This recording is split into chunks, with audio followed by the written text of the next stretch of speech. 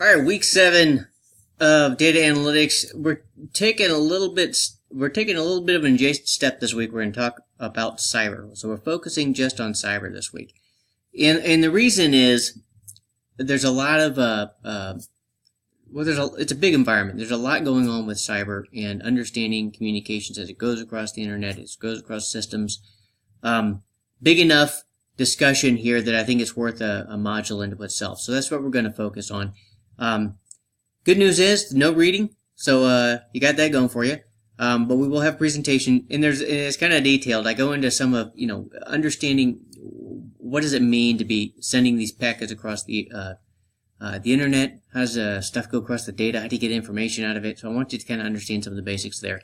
And then if you understand that, then you kind of understand how people can jump in and pretend to be people they're not, and grab packets and learn things from cyber, from that whole environment. So that's what we're focusing on.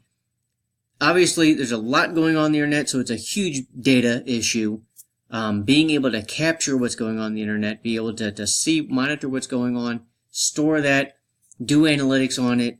It's a big issue, huge in the IC community, and that's it drives a lot of investment and drives a lot of decisions that are made.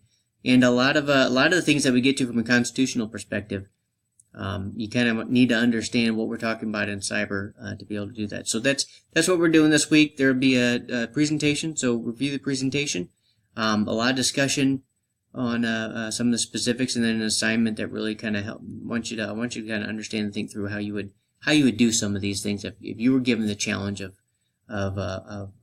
handling the using analytics to kind of understand the cyber environment, how you would do that. So that's what we got this week. It's on cyber.